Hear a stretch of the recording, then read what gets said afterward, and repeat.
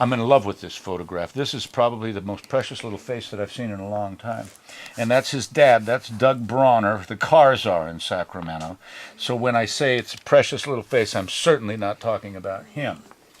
Let's talk about what are you going to do for mats. Doug, this is the favorite thing that my customers like to do. Doug just sent this file over. He had this photograph that was taken. He emailed me this picture. He said, could you do a mat and frame for me? Don't you love it when customers do that? Because that means you decide, and that way if I don't like it, I can hold it against you.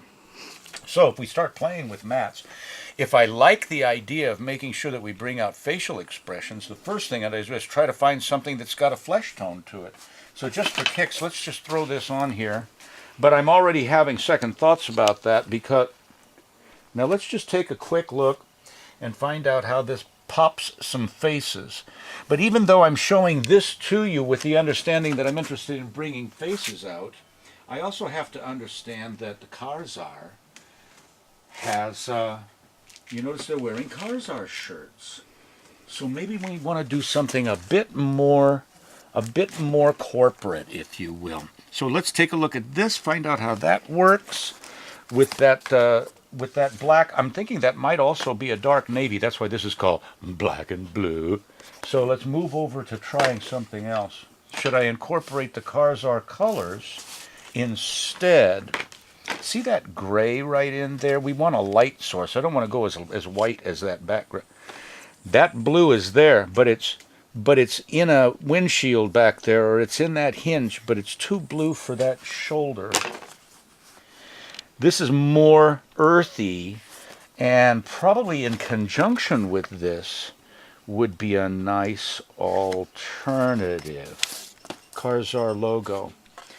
Let's just throw a tiny little bit of red up against there. Now see what's going to happen is, even though I've taken you away from all the flesh tones, that little red fillet, or that little red accent that we put on the inside, not just picks up on the logo, but also refocuses on the faces too. So we're not really leaving them out of the picture. I think, okay, one more.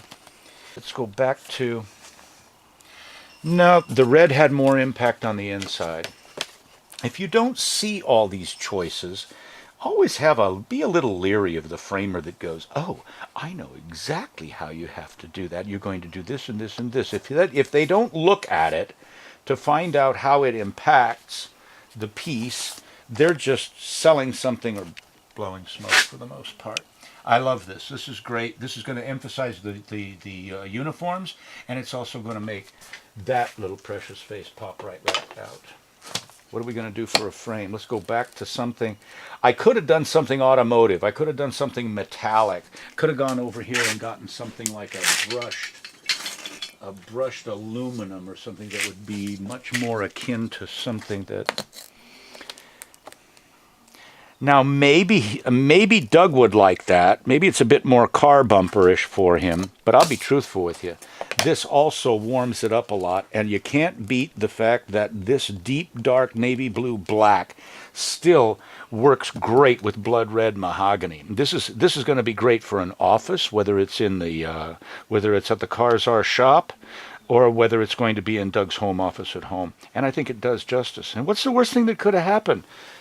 They'll look at it and they'll go, oh, Tom, and I'll do it over again, because I'm a...